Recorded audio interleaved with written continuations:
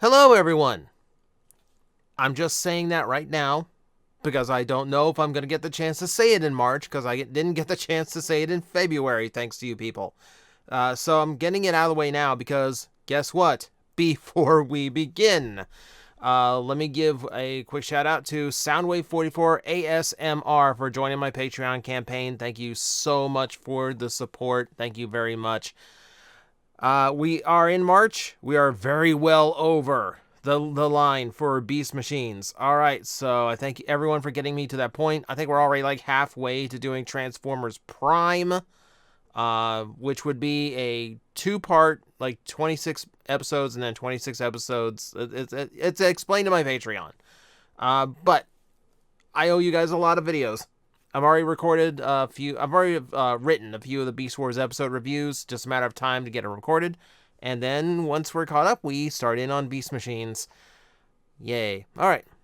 Enough of this. So let's talk about what you guys wanted to know of me throughout the course of February. This is my monthly Q&A video, which we'll be doing this year. This is the second one. Welcome. This is me going on about what you guys want to know. So I'm going to try and answer everything I can here, depending on how long this takes and how time-consuming it is.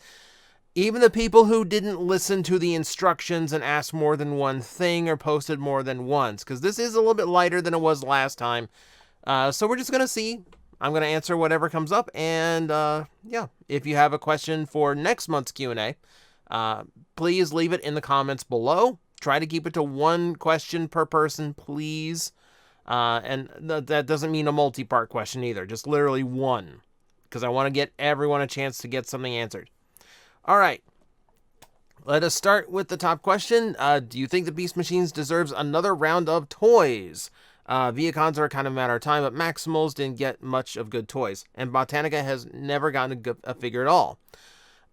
Anytime a Transformers cartoon has a lackluster toy line to go with it, I feel like it deserves another go-around, even if it isn't the most popular, because you're still going to have nostalgia for it, and they really, if they're the focus of the main fiction, they deserve to have some good representation. You know, Beast Machine's Cheetor's best toy shouldn't be the titanium, but it kind of is. And as mentioned, Botanica does not have a figure at all. Night Scream has a terrible figure that is bad translucent plastic, even by my translucent plastic standards. So while I'm not a personal fan of some of those characters, yes, yeah, I would absolutely support them having another go-around. It'd be weird, and I don't know if Hasbro would ever do it, because repaint potential is very, very low on those characters, but you never know. If you could rewrite any single episode of any Transformers show, what would you pick and what would you do differently? This one, I could do a whole video to answer this. But to spoil Beast Wars episode reviews just a little bit, Go With the Flow is my least favorite episode of Beast Wars. Because it feels like at Season 3, it feels like such a waste. You got the smartest Megatron there is, outsmarted by a child cave girl. Yeah, it's and him resorting to a giant death ray is so like beneath Megatron. It's kind of embarrassing. I'm not necessarily like figuring out what I would do differently is a very different matter.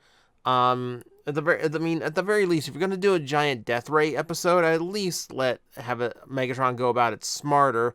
How about finishing the construction before you turn the machine on? That seems like it'd be a pretty important first step. Yeah, there's a lot in that episode that really wasn't written well. I'm not sure exactly what I would do differently, but that's definitely the one I would want to crack at rewriting.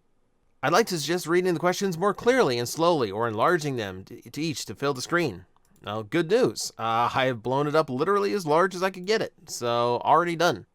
What is a figure you love but is hated by the fandom? I would go with G1 Ironhide. I know that is like the cursed toy of G1, all that, but honestly, I feel like that's because of the perception the cartoon created, which is not the toy's fault. And I do like that the toy brought some variety into the play pattern of Transformers at a time when everyone was just kind of turned into a car. especially amongst the Autobots. He did something different. Does he look weird? Yes. But you know what?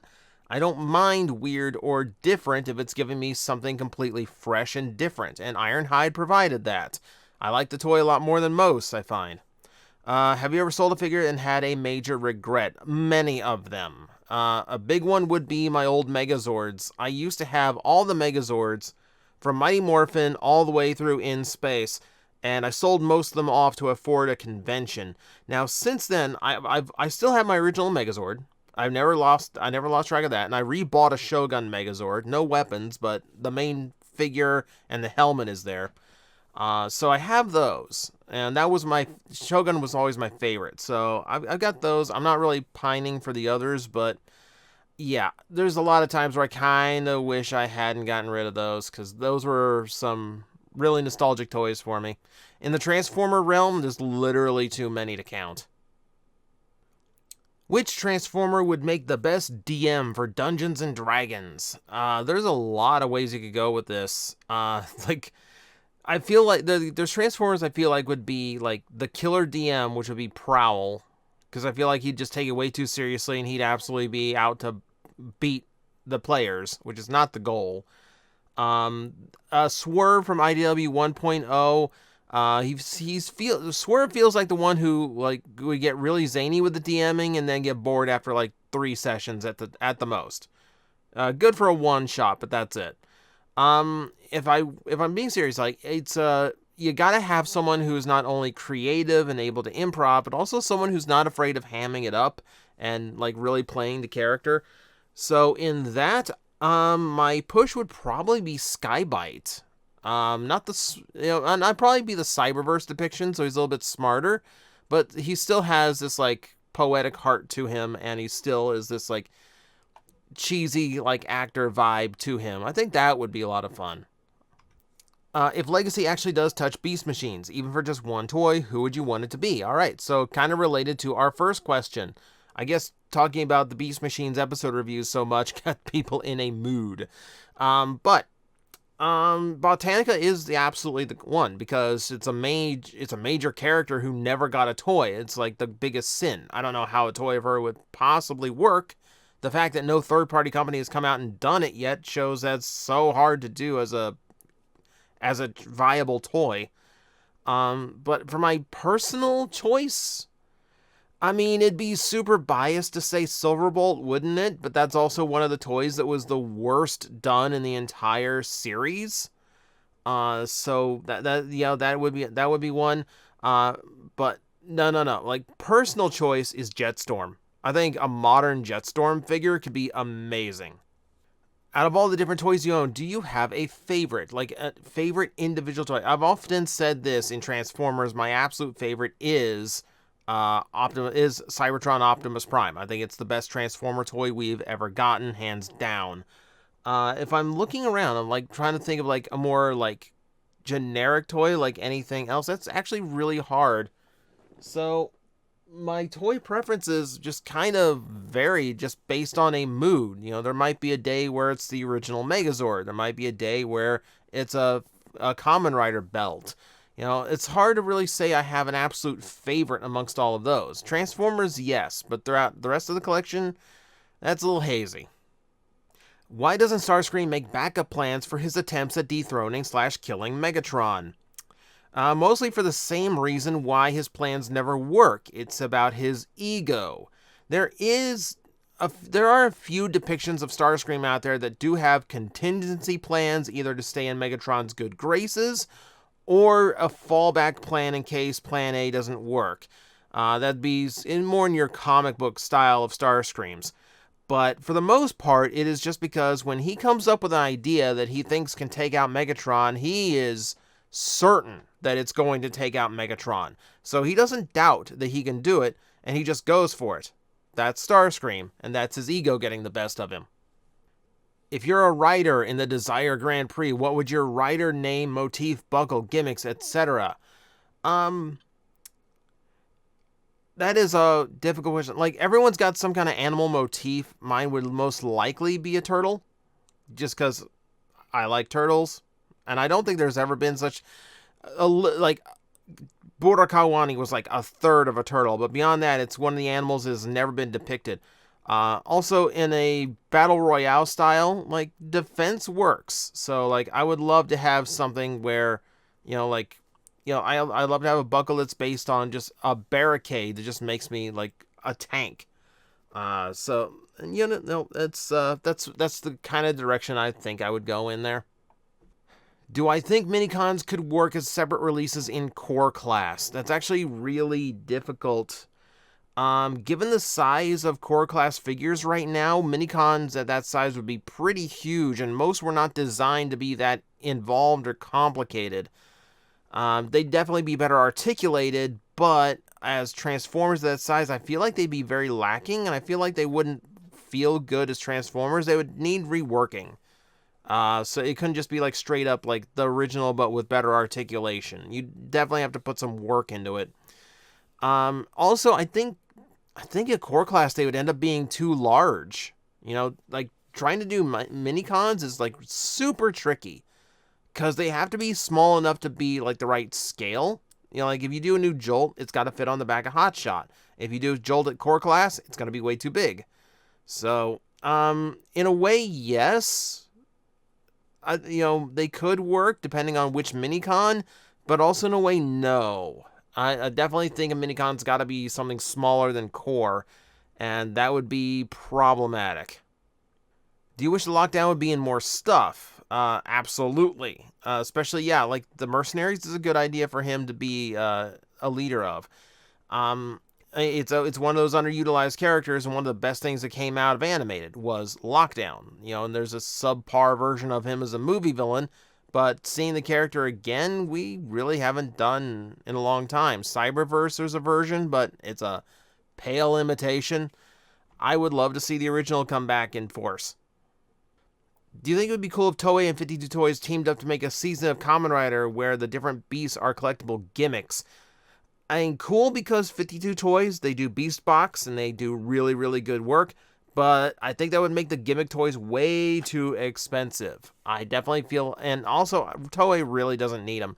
I know you see Toei's gimmick toys, and you see, like, when they do transform into animals, they seem very rudimentary.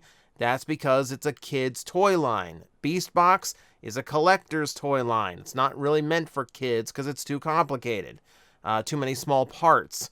I don't think Toei needs 52 Toys to do something like they do. I just don't think they do it because it would make the gimmick toys way too expensive to be collectible. How likely do you think the Figure-Rise kits will get to Amazons? Probably very unlikely. I mean, model kits are generally for older fans, but Amazon's was shooting for the adult audience, which isn't as toy focused. They did the complete select. You'll notice they only did complete selection modification for toys for Amazons because it's only going to go to a select number of collectors. So I don't see them getting Figure-Rise kits. If there's a HasLab Primus for the 40th anniversary, would you back it? Oh, knowing that probably if you didn't, someone will give it to you eventually anyway. Haha. No, they won't. Don't do that. Don't do that, Juju. Don't do that. That's already enough of a shock. I don't need that shock in my life again. Yeah, I mean, it really depends on how it looks and how it functions. Now, like, Unicron, I'm attached to the character because it's one of the coolest moments in Transformers. Primus, I'm not attached to the character because he really rarely ever shows up, and when he does, he barely does anything. Even in Cybertron, he didn't do that much. So, yeah, it would basically just depend on how cool of a toy Cybertron mode was, and if it was more solid than, like, all the panels that make up him.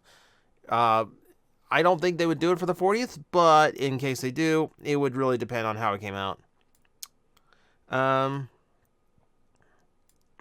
Could I do a tier list on my Plastic Addict videos? Not the toys, but more so your personal feelings in each of the punching plastic videos you've made.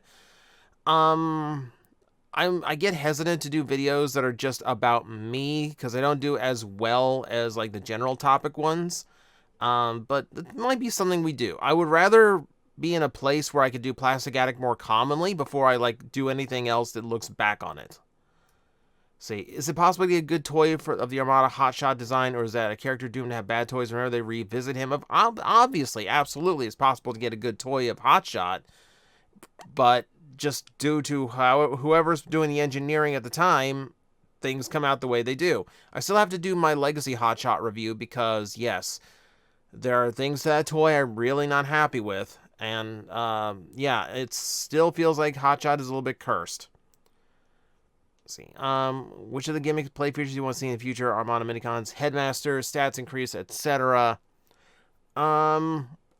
Honestly, I don't really want any at this point. I feel like gimmicks crammed into Transformers at this point is going to make them more expensive when they're already way more expensive than I feel like they should be.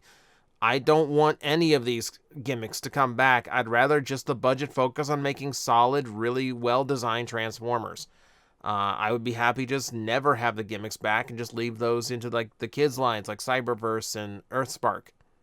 Do you think that the Legacy line should have more and more obscure characters since there is Geoxys and Tarn in it? No, because Geoxys and Tarn are characters well known to the fandom, and those are the ones that Generations, Legacy, etc. are designed for. When you go to, but they're also just supposed to be cool characters that kids will see in a toy aisle and go, I want that one. I really feel like the more obscure you get, the more you're risking the toy just crashing at retail. So there's definitely a limit to how obscure. Geoxys and Tarn, yes. Emirate Zaron, no. So it's that kind of balance. Which non-cast member figure from Beast Wars would you want in a Legacy line? There's two answers here. One is Torka, because it's a popular figure that's riddled with gold plastic. I'd love it for it to have another shot. My personal choice would be Snapper, because, one, Turtles, but also because there is an obvious remold now in Scald from the IDW Beast Wars series that I would love for them to be able to take advantage of and produce as a toy. We know the Target Masters are somewhat sustainable in the modern market, but what about the other Masters, being defined as Headmasters, Power Masters, God Masters, and all that? We know we had Titan Masters, but I feel like there wasn't much of a positive reaction to them. Now, I don't agree with that. I saw a lot of positive reaction for Titan Masters, but that is excluding a lot of the secondary stuff like the independent like head and vehicle Titan Masters. Those were really lackluster. The attempt to continue and empower the Primes was really lackluster. But I feel like the toy line itself was really well received from what I saw. Now, obviously, different areas are going to have different opinions on that. As for the other Masters, I really think the engineering on things like Power Masters and God Masters is just going to be too complicated. You might be able to get a Transformer that turns, like, you might be able to get a little partner figure that turns into an engine and then a pilot for the vehicle mode, but it's not going to activate any kind of gimmicks like it used to. That one might be doable at some point, but that'd still make the toy look real weird when you lost the engine and there's just a gap in there. I don't think Hasbro's ever going to do that again. I really think Target Masters might be the only one that is sustainable, in the current market. Am I a fan of Scizor as much as Scyther? Not at all. I feel like Scyther's design is just about perfect, and Scizor looks like a lobster man. I really don't like Scizor. But where do I stand on Studio Series Scavenger compared to the original Revenge of the Fallen Scavenger? It's got the exact same problems. Okay, the treads aren't, rubber anymore. Okay, fine, but it's still the same issues. It doesn't function the way it should in vehicle mode. It can't stand up on its own in robot mode. And it's still just a design I really personally hate. Not because it's different, but because it's not for me. Just the fact that they made a nicer one does not mean it's changed my opinion. It's still terrible. What is my least favorite character in Transformers? I'll complicate the task, not from Bay Films. Man. Or a character that everyone likes but not you. That one I would have to give some more thought to, but least favorite offhand would probably be Night Scream. He felt very self-insert. He felt very Mary Sue. And just personally, just like persona-wise, design-wise, I've always disliked the character. Too often pushed in different media is bothering you. Who would that be? I mean, I don't think anyone at this point is really bothering me as far as like how hard they're pushed. I do I do feel like RC is getting maybe a little bit too much play lately. Like, she's the first female in Transformers. I don't mind her joining the main cast, but I'd also like other girls to get a turn at it, you know, instead of like RC checking the female box for a character. You know, I'd like to see others have a shot. Do you believe Hasbro will ever do Predacons Rising in the Studio Series line, or is Legacy the only way to get new Prime figures? Predacons Rising is essentially 3 episodes mashed together to make a movie. You're never going to see that in Studio Series. It was not a Hollywood film. It's only technically a movie. So, no, you're never going to see them in Studio Series. You're going to have to wait for Legacy to do it. And as we've seen with Prime figures, you might have to wait a while for it to be really good ones. Should G1 characters get more modern alt modes? Absolutely. They have to be something kids can recognize for starters, but also that has to be more contemporary for them as well. You know, old school cars are probably not going to look very cool to a kid, and you're still marketing to kids even if you're producing something that caters to the old school fans. Absolutely has to be modernized. You know, it's Transformers. It's constantly changing. No reason the characters shouldn't do so as well. What are your favorite Transformer theories or headcanons? I will give you my headcanon. It's my personal headcanon. There's nothing supporting this whatsoever. It just seems to make sense to me. It would be, I feel like Beast Wars characters are evolved from Action Masters and Pretenders. Because you have Pretenders, which are shells, and many Beast Wars characters rely on their shells that are designed to look and be organic. And then you have like Action Masters, who are stronger, faster, more alive. We know Beast Wars characters are more alive. They eat, they have DNA, etc.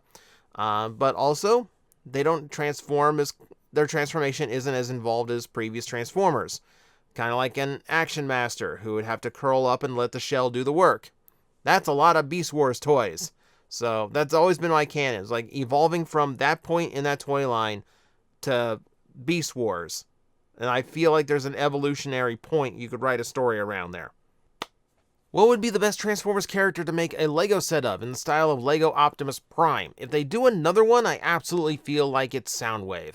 Aside from the fact that it seems like big, boxy characters would work best in Lego bricks, it's also just a very popular character, and it doesn't get into the messy stuff like how big Starscream would have to be for the wings in jet mode, or how, like, what do you do with Megatron, you know? Soundwave would not only keep it simple, but also allow you to have, like, brick-built Laserbeak, which would be cool. And then you get to watch everyone figure out how to do all the other cassettes out of Lego bricks. That alone would be fun to watch. Do you think that Hasbro will do legacy figures for RID 2001 characters? It is kind of weird they haven't at this point, isn't it? We have suggestions that designers want to do fire truck Transformers. People thought that meant Fire Convoy would be on the way. We've had a modern Skybite. That was a thing in Thrilling 30. Haven't seen hide nor hair of RID since. I think most of it is that a lot of them don't really suit like modern engineering and style very well. So getting them to adapt into a modern aesthetic is going to be a little bit tricky. I feel like there's a place for them, but it had to be just done in just the right way. Are there any later incarnations of a character that you like more than the G1 counterpart? You actually kind of nailed it with Animated. I think Animated did a lot to reinvent characters in really good ways. Ratchet, I think, has a way more personality and is way more interesting than G1 Ratchet, who seemed to just be there to explain how the Autobots kept getting repaired. And I don't even think Ratchet did things like, you know, help build the Dinobots and, you know, rebuilt Optimus Prime from the brink of death, but he never had an episode devoted to him. So by that alone, Animated Ratchet got to do a lot more, and even Prime Ratchet got to do better. So like, and then again in IDW built its early stories around Ratchet. Yeah. Okay, so like that one character alone, like I'm kind of dissecting it now going, you know what, the G1 might be my least favorite Ratchet compared to everybody else. What Cybertron characters would have yet to appear in Legacy would you like to see? Vector Prime is a number one choice for me. Behind that would be Hotshot. I'd love to have that toy with better articulation. The solution that you don't want to call, it'd be weird to call him Hotshot at this point. I would not mind just like calling him Excellion to differentiate the two as different characters. But you know, Cybertron Universe Hotshot works too, I guess. Weirdest alt mode for a Transformer you've ever seen. I did a whole video about weird alt modes, but I think the top ones would probably be things like the Megatron Sega Genesis, Optimus Prime hat. There was there's a ice cream bar mascot that transforms. That was co-branded with Transformers. There's some super weird ones. Super weird.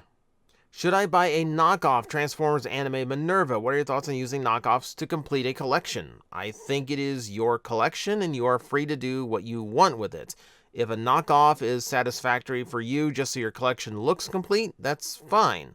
You know, it's no different than having like a fake piece of jewelry on so no one, as opposed to like, I've got the earrings and the necklace, but but I don't have a good ring. All right, so this $20 fake one will do for now. There's a lot of instances where that kind of thing happens, especially amongst collectors. So if that's what you have to do, go ahead, do it. I mean, that's your call to make. What was your favorite Plastic Addict video to make? I mean, there's a lot. I had fun doing a lot of them. The favorite one to actually make was probably Energon Wing Saber. I was reminded of that review recently. And that was at a period where I just wanted to do camera tricks, even if it didn't make sense. I did this, like, back and forth golem routine. I, like, jumped out a window and reappeared in my own door. Like, things like that. There's no rhyme or reason to why I thought it would be I just wanted to do it. I just thought it would be fun to throw in. So that one alone that one's fun to make just because I got to try a lot of weird, like, camera trick stuff. And I kind of want to do that again, but, like, now I feel like the illusion's gone. Like, I feel like it's too easy to do now. Ignoring copyrights and trademarks, do you think that Transformers should appear in the MCU? Probably not. The MCU's already bloated as it is. I don't think they should have any. I don't think they should approach. They've already got way too much going on themselves. Also, don't do this. Don't respond just to shoot someone down and be a jerk. Don't do that. Hasbro loses the IP for Transformers. What official non-third-party company on retail store shelves would you want to see pick up the brand? Aside from the situation where this is literally impossible to happen. We mentioned them before. 52 Toys would be great because they have really good engineers behind them. I hate to say it, but like Bandai, here's the thing. 52 Toys could do a great job on the engineering, but they don't have nearly the manpower, the budget to actually run Transformers as a full brand like it needs to be. For that, like literally, you'd be down to like Mattel. And I'm not even like including like Bandai in that regard, because I don't even think Bandai could run it well. It would have to be Mattel. That'd be your only brand that could actually have the budget and the manpower to keep Transformers functioning. Since I know you're a Blitzwing guy and you judge figures based on price point, would Legacy Blitzwing be a Plastic Addict victim on the basis that the entire reason for him being a leader is the pair of fists that add nothing to play value? No. I mean, I will say it a million times. I can't make a Plastic Addict episode out of one bad trait. Okay, that toy does have some issues, but not nearly enough to be a Plastic Addict victim. And guess what? Legacy Blitzwing isn't a leader just because it has big hand accessories. They didn't charge you an extra, $20 for two big Hulk hands. That's not how marketing works. That's not how budgeting works. He is a leader class because triple changers take a lot more parts and engineering than a standard toy. You can feel how much heavier that toy is than any other Voyager on the market. It is way more complicated than that, both on the Plastic Addict side of that, and when like you're judging a figure based on what you think is like the proper reasoning, and it's not. Like that, like the perspective there is off.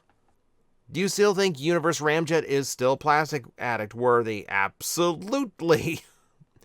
I don't like that toy in the first place. It's very limited. It's very low articulation. It is very goofy with how some things work. And I do think that color scheme is not only terrible in the mold, but just doesn't suit a Decepticon. It's a weird toy. It's a really weird toy. What's your favorite Transformers weapon? It probably is Megatron's fusion cannon. I mean, I used to like I can't even remember how I got it, but it was like this giant cardboard tube that I used to like Velcro strap to my arm and pretend it was Megatron's cannon. Like that was always cool to me. Like let's strap the biggest gun I can on my arm, and that's what I'm gonna do. What moments in TF fiction get you emotional? It really depends. Like it depends on what I'm watching. And it depends on what kind of emotion you're talking about. If you mean like I'm heartfelt kind of emotion, like I'm gonna break down and cry, none really. I mean, even like you can bring up obvious stuff, Dinobot dying, Armada Starscream's death scene, like things like that. And even that didn't really like pull at me. Armada Starscream like rejoining the Decepticons, that one was rough. But like I'm not the type to like get emotional over media like that. Like I like nothing like ever brings me to tears or anything. Like I can be emotionally invested, but it's not like, oh, like, I'm gonna break down and cry because this character just died. Like that's just not. I've just never done that ever. You know, maybe I'm just wired differently, or maybe like I can't get completely attached to a fictional character. I don't know, but it's never happened yet. If you could redo any video you made, what video would it be and why? Probably Titanium Soundwave. I lament, because that was back when YouTube had a 10-minute upload limit, and you had to be a partner to get any more than that. So that video had about 4 minutes worth of material on the cutting room floor that I wish I still had. There was that time when I didn't have the space to keep raw footage, so it got deleted. It doesn't exist anymore, but I feel like if I went back, there's still a lot more about that toy I could pull humor out of today, if I hadn't already done it. And I don't want to go back and revisit old videos and like just rehash what I did in the past. So yeah, it's gonna have to stay that way. But like that one in particular, man, I really wish this original one still existed. I don't know, like, man, I feel dumb for not having it anymore. Was your first Power Rangers figure probably the original probably like the original Red Ranger? Like, not talking a Megazord, then yeah, probably the original Red Ranger. Not, that just seemed like, I don't even know if that's true, but I think it's the most obvious one because it'd be the first one I could get. Opinion on Siege Hotshot? Not a fan. It feel like I get it using the Hound mold to imitate Cybertron Defense Hotshot. It feels forced. Like the homage is there, but it feels like the character's really forced into that toy, to the point where it just doesn't feel right anymore. Any interest in playing the Transformers TTRPG? Absolutely. I just haven't had the time to sit down, and I definitely don't have enough people who are gonna want to play it. But yeah, any like tabletop game that lets me play as a Transformer, I would be down to try. What kind of video would you want to do or can't do because you know the YouTube algorithm would kill it? Oh my god, the list here. So, any kind of video game material. None of my video game videos ever take off. They all die a death as soon as I upload them. I would love to do a full Mega Man retrospective. It's my favorite video game franchise. I would love to just talk about it for like 10 episodes. I know it'd be the most work I've ever done on a video series for YouTube, and it would die a death. I know it would. And then just one's a video that YouTube would kill in general, TJTV. I'd love to go back and do old cartoon reviews again. I'd love to show you clips and make little reference gags and little like edit in clips for jokes and lots of profanity and adult humor. None of which YouTube will allow me to do and still keep my channel. What is the most overrated and underrated Transformers show? The most overrated? Honestly, G1. We look at it through rose-colored glasses, and it is the progenitor of the entire franchise, but looking back on it, yeah, it's just a one big complicated toy commercial. There's a lot of episodes with not a lot of substance, a lot of animation errors, a lot of dubbing errors. It is ultimately a messy, poorly put together show. And there's a lot of episodes that really don't make any sense and are very, very strange. I mean, we hold it on a pedestal, but there's a lot of crap in there too. The most underrated, probably Cyberverse. Like, I really, really liked Cyberverse. And I think it gets written off because it's like a modern kids cartoon, but it's quick to sit down. There's some genuine storytelling there. There's some really good iterations of old characters in there, like Hot Rod and Soundwave especially. It's a surprisingly good show. I sat down and actually went through it, and I was surprised how much I liked it. All right, we're going to finish off with this one, and I almost feel like this was done in more of a derogatory way. If it wasn't, I apologize. But the way it's phrased so bluntly is kind of weird. Is Knockout gay? All right, so let's tackle this. In Transformers Prime, no.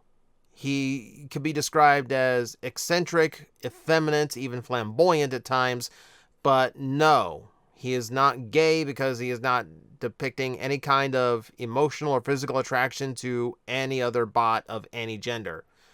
In IDW 1.0, you could say that yes, because he has a partner who is who identifies the same gender. However, we're dealing with Transformers here. They do not have this terminology. They never hit a point in society where they felt like they needed to say, this is what you are called so we can separate you out from normal people. And I hate that kind of terminology. I hate those kind of distinctions. Transformers have Amica Endora and Conjunx Endora, and that's it. You have a best friend and a married partner. That is it. Those are the two things you have. And really, that's fine. So, no.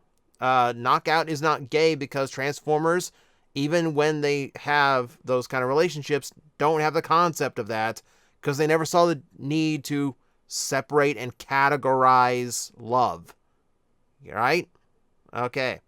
I'm going to end off on that little note. Oh, that'll be a fun response to see.